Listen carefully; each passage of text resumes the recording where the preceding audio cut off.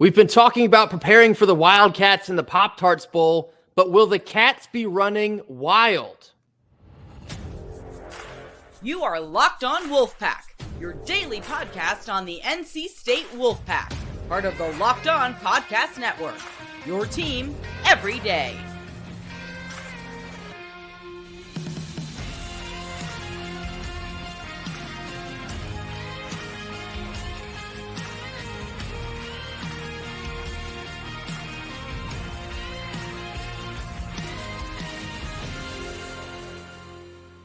What's up, Wolfpack Nation? It's time to get locked in with Locked On.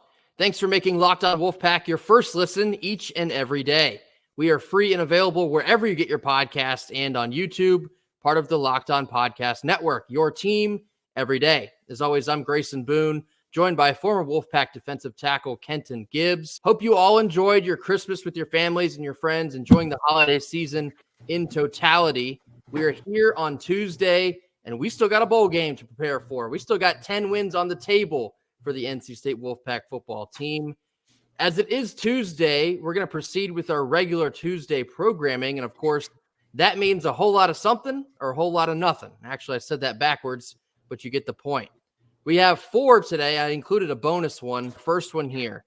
In this Pop-Tarts Bowl, Kansas State will be missing over 2,600 pass yards, over 1,000 rush yards, nearly 1,400 receiving yards, and they're still favored by 2.5.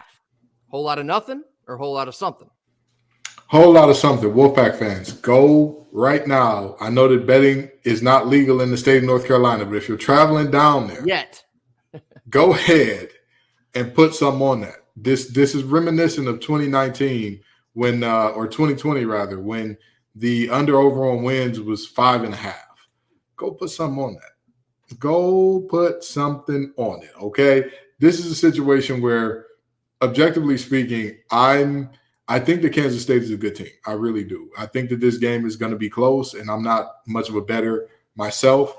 And I know that NC State is losing some production as well here. But the reality is the sheer volume and percentage-wise, it's nowhere near the same. The sheer volume in terms of percentage is nowhere near the same. It's like, oh, yeah, you're losing a guy here and there. And, like, defensively, yes, you're losing a massive piece in Peyton Wilson. Peyton Wilson not playing, potentially seeing Aiden White sit out as well, potentially. He hadn't said anything about sitting out, but I'm just saying potentially that could be a thing as well. You know, you look up and you say, okay, that could be a problem. It's nowhere near the same. It's nowhere near the same as having a team where your starting quarterback, your second best running back, your top 2 pass catchers all out. That's tough, especially against a Tony Gibson coach defense. I think that's a very tall order. So, again, I'm not saying – I know that you can't bet on games in North Carolina, but you can do the PrizePicks and the props and all that good stuff. So, go on and get in on them props. Go on and hammer some unders, if you will, if you're an NC State fan. It is certainly a whole lot of something. I don't think it's the end-all, be-all, but that's a lot of production that Kansas State is going to have to make up for in a very short amount of time. Not to mention their play caller and offensive coordinator Colin Klein is also no longer with the team. So that's a great point.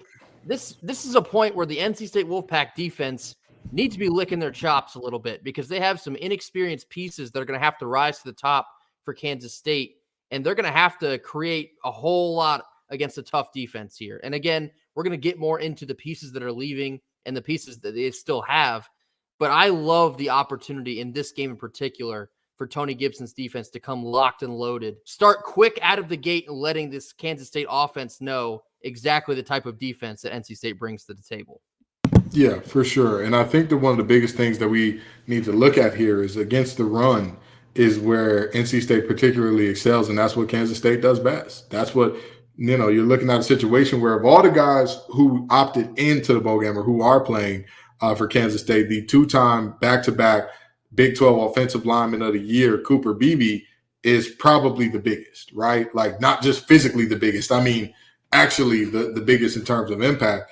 And yet, if what they do well in wanting to run behind him is negated by NC State's running defense, if you can stop the run this would be a very long game for Kansas. Second one here, we already sort of mentioned it. Linebacker Peyton Wilson for NC State officially announced that he will not be suiting. He's going to be preparing for the NFL draft, which makes all the sense in the world. No further explanation needed there. But in this game in particular, in preparation, a whole lot of nothing or a whole lot of something? I'll say a whole lot of something because he is he's phenomenal. It's hard to overstate his impact on this defense. And the only saving grace here is that Jalen Scott has gotten better and better and better. Yeah. That's the saving grace here. Because if you see him continue to pick it up and play at the level that he ended off the season on, we'll be fine. You know what I mean? Like, it's not like we'll be the same linebacking core, but we'll be okay. And also, I don't know who they're putting in that will linebacker spot as the backup with some of the transfers and guys that have announced they're leaving the program, but it'll be interesting to see that as well, not just for this game, but going forward into the future. Who's the new will now that, Peyton is going on to the NFL?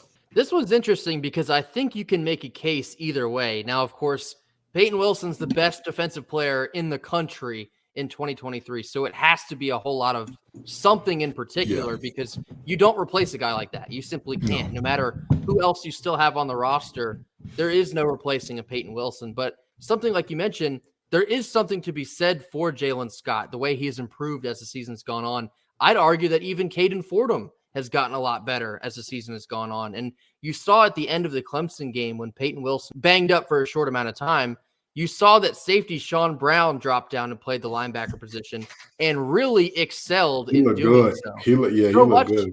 So much, in fact, there's already whispers that Sean Brown may be a linebacker going into 2024. So I know that Peyton is, basically the defense in totality because of his impact that he brings. But I still love the opportunity for NC State's defense to answer the bell here. I'm going to go with a whole lot of something, but you sort of get what I'm poking at here. I think that's a massive piece. I still have a whole lot of confidence in who we still got suiting up. Third one here, and this is a hot button topic. Senior safety Jakeen Harris, who had previously entered the transfer portal as he got injured very early in the season, actually basically didn't even play this year, announced on Christmas evening that he will be switching sides and he will play for UNC for his final year of eligibility. Whole lot of nothing, or a whole lot of something. Perhaps Kenton Stein can answer the entire question for you. Congrats on getting Jakeen to William and the Dirty Foot crew. Hey, great job, Will. Way to get it done. I know that you really need to bolster that secondary. They looked rough at times this year and the year before that. But that's neither here nor there. Jakeen Harris is the answer. He's gonna be the guy. All you needed, as the old saying goes, if you get 1,000 lions and they're led by a sheep, they'll all die like sheep. But if you get 1,000 sheep and they're led by a lion, well, in this case, if they're led by a wolf, they'll fight like wolves. So hopefully that defensive backfield can get some fight in them, despite them or because of them getting the player that we still beat them by 19 points without. Great job, William. Great job, Dirty Foot Club. Way to go, guys. This move is pretty funny to me because in one sense, it sort of reeks of desperation from the Dirty Foot Club because, we embarrassed them on the field. We take one of their better wide receiver prospects right on signing day. It felt like they had to do something to try and get back at NC State. And Grayson, he was their 38th receiving commit this year, and they didn't want him. They didn't want him anyway. That's what they said. They said they didn't want him anyway, and that he was never any good anyway. Somehow he got offered despite not being good and despite not being worthy of the mantle of target. But, good job, Dirty Foot Club, on that one as well. Way to swindle us into stealing a real lemon. I say this as respectfully as I can. This does not move me, at all. Yeah. And I tweeted when I saw this news broke, I tweeted the gif of Cam Newton kind of nodding his head like, okay, all right, it's up now, And that's exactly how I feel. Like, Jakeen, you hate to see him go, and you especially hate to see him go to that program in particular. But this is an NC State team that went 9-3 without Jakeen Harris. This is an NC State team that laid the absolute beats on UNC without Jakeem Harris. So this is a guy that's been in the program for 4 or 5 years now as he's a senior here in Raleigh. We're going to be fine. We're going to be just fine. Yeah. And I'm not saying that because he wasn't any good, because he was a very good player. He's a very solid player, very solid safety. And regardless of how you look at it, it is some sort of loss for NC State going into 2024, but best of luck to you. That's all. I'll kind of leave it there. Best of luck. We'll see you when we see you. Y'all know the parameters here at Locked On Wolfpack. We never bash players for leaving unless you can go to our Twitter and find that out. But go ahead. Proceed, Grayson. And last one here, perhaps the biggest Christmas gift of them all. Defensive coordinator Tony Gibson gets re-upped for 3 more years in the red and white. Maybe this is not even a question. It's a whole lot of something. Any way you slice it. This is the biggest get that NC State could have gotten in this offseason. The tenacity he has brought to this football program in the defense, sort of making a name for themselves nationwide. Everybody's starting to look at NC State from a national perspective and seeing them as a team that puts out consistent, solid defenders. And again, you just had the best defender in the country in 2023. And keeping the guy who pulls all of the strings for 3 more years cannot be overstated how big of a deal that is. And the it's almost funny to think about. Peyton Wilson's leaving, right? There's this guy, 6'3" or so, 215, 225 pounds when he got here. Outside linebacker that could do a variety of things, 4-star guy, highly touted, leaving, and you replace him with another one coming in here.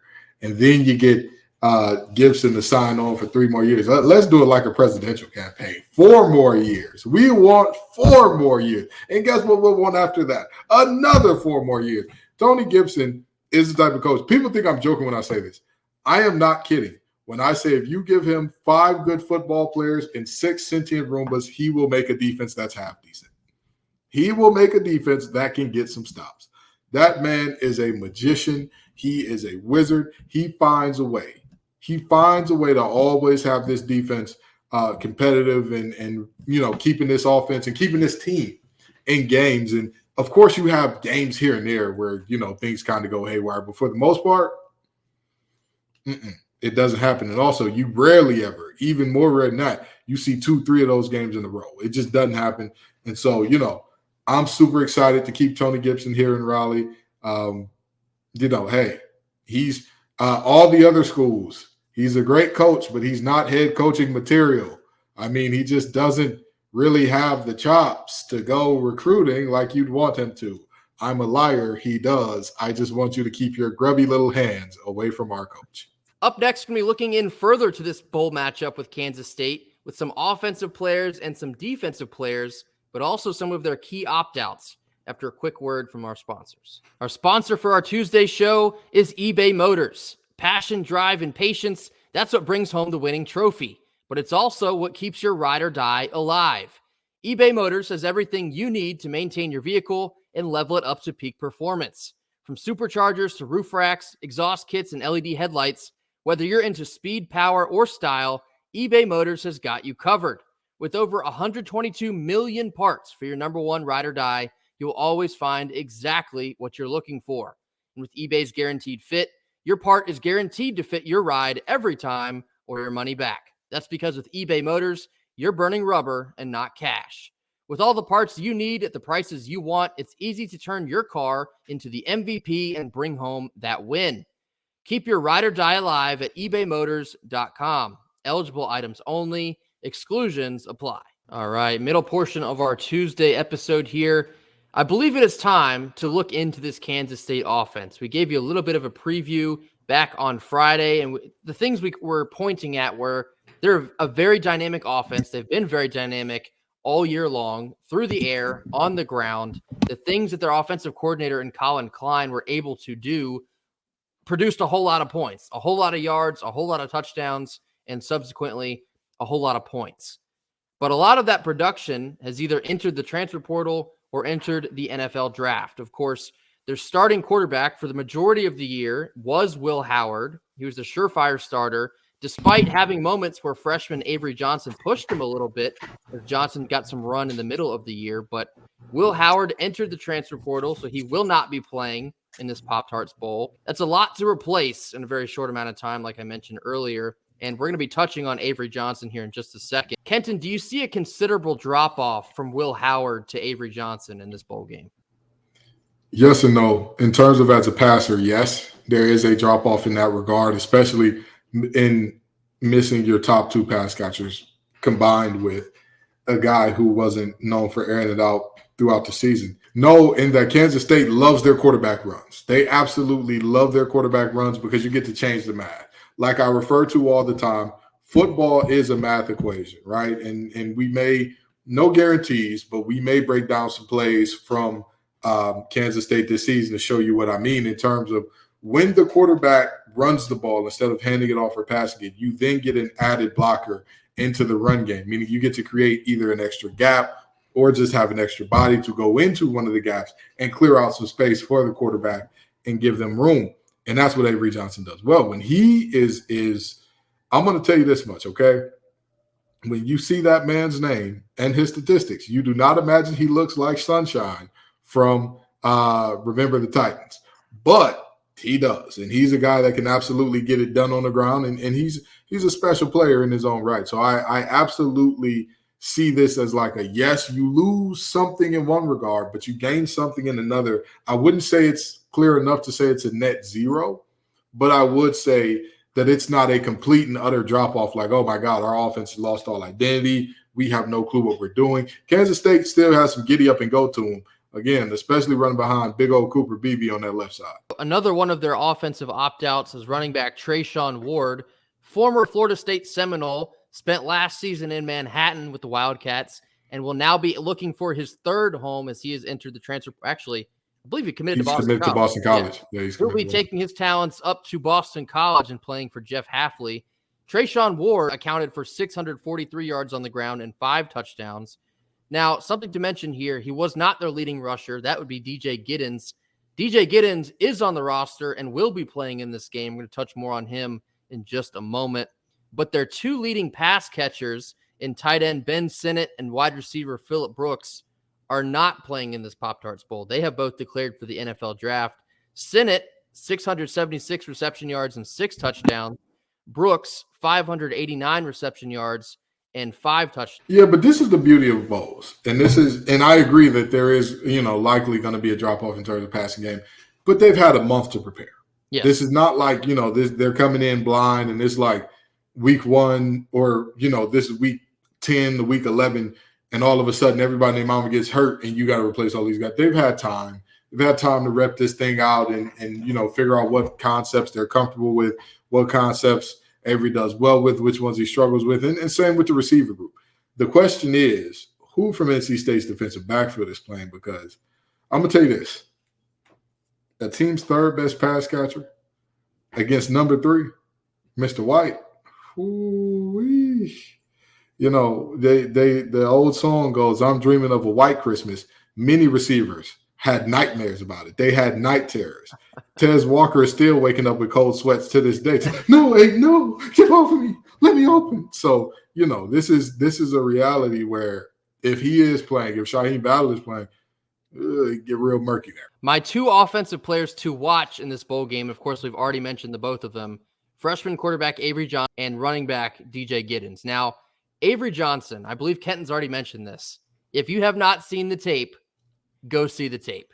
He is extremely talented with the football in his hands. He has a level of improv that you rarely see at a guy his age. He can keep a play alive, or he can take off at a moment's notice and hit top speed, quick, fast, and in a hurry. And maybe this is a completely out of bounds comparison, but his level of talent as just a freshman, it's a little bit Johnny Manziel-esque in that he can make a play out of absolutely nothing. And next thing you know, Kansas State's marching down the field. He has the potential to be that good. Do I think he's going to look like Johnny Football in this bowl game? No. But that's the kind of athlete that Avery Johnson is. And like you mentioned, likely going to see him run a lot in this bowl game. Some design runs, broken plays, escaping the pocket. He is quick, And I have to imagine he is quite the headache to plan for Tony Gibson. Something that gives me a little bit of peace of mind in preparing for Avery Johnson. We've already had to deal with two of the better dual threat quarterbacks in the country in Kyron Drones and Drake May, and we dominated the two of them. Now, Kansas State's offensive line is something to speak for as well, because they got a big-time big dog on that front line in Cooper Beebe. But I feel a little bit of solace in that NC State knows Kansas State, to have success in this game, they're going to have to run. And if you take that away, you're making a freshman quarterback have to beat you through the air. And on that front, I go advantage NC State. I would compare him to another freshman that we saw that gave us fits earlier this year in Anthony Calandria. I think that he's a better runner, lesser passer. I think he's a better runner than Calandria, a little bit lesser of a passer. He has, again, when he hits that open field, he's special. He's really special. But if you cage him in, make him sit in the pocket, make the right read, do the right thing, he'll show you.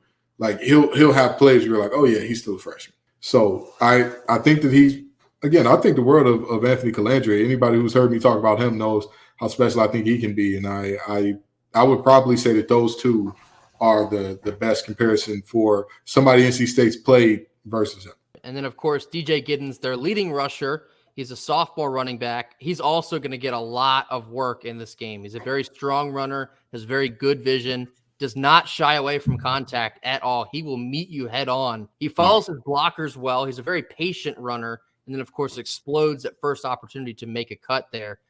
So, like we mentioned, Kansas State, you're going to see a lot of effort to get it done on the ground in this game. And, of course, NC State's strength in their defense is their run defense. So, in a sense, it's sort of like a unstoppable force meets an immovable object in this game. So, that in itself will be fascinating to watch. But the two biggest names to watch on this Wildcat offense, of course, Avery Johnson and DJ Giddens. DJ Giddens runs with a toughness that Kansas State backs run with.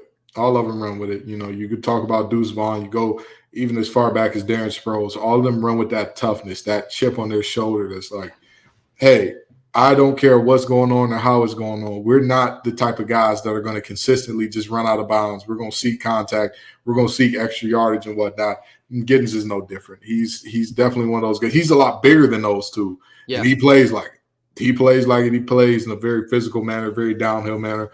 And so, you know, it'll be good to see what our defense has for him. Up next, we'll be looking at the Wildcat defense and seeing what they bring to the table against Brennan Armstrong and the Wolfpack offense, after a quick word from our sponsors. Rounding out our Tuesday show, discussing the Kansas State defense and what they have done so far in 2023. Now, some of their key defensive opt-outs includes senior safety Kobe Savage. He's entered the transfer portal. I believe he's already committed to Oregon, if I'm not mistaken. Sophomore corner Will Lee has also entered the transfer portal, in addition to junior defensive end Nate Matlack. Now, statistically here, Kansas State's defense, 45th in the nation in run defense. They give up an average of 140-ish running yards per game. 74th in the nation in pass defense, giving up about 230 through the air per game. So, Kenton, just based on those numbers alone, what are the types of things that Kansas State will absolutely have to do to effectively stop NC State in this bowl game? I think that they need to get to Brennan Armstrong.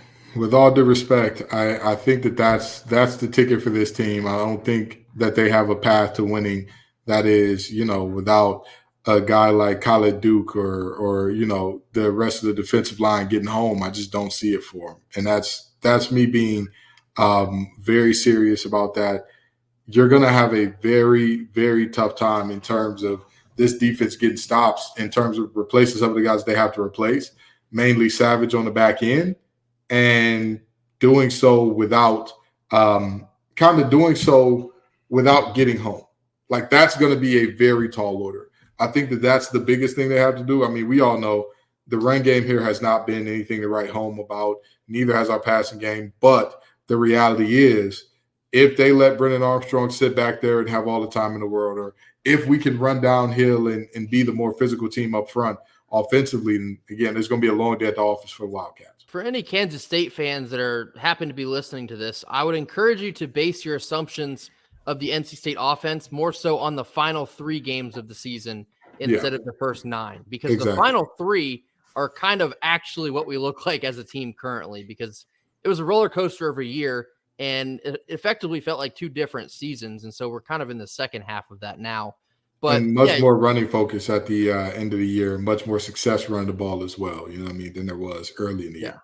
The NC State offense looks like they truly have a grasp of what offensive coordinator Robert Anae was trying to do all along. And so the offense is finally clicking. We're finally getting somewhere, not just metaphorically, but actually getting down the field.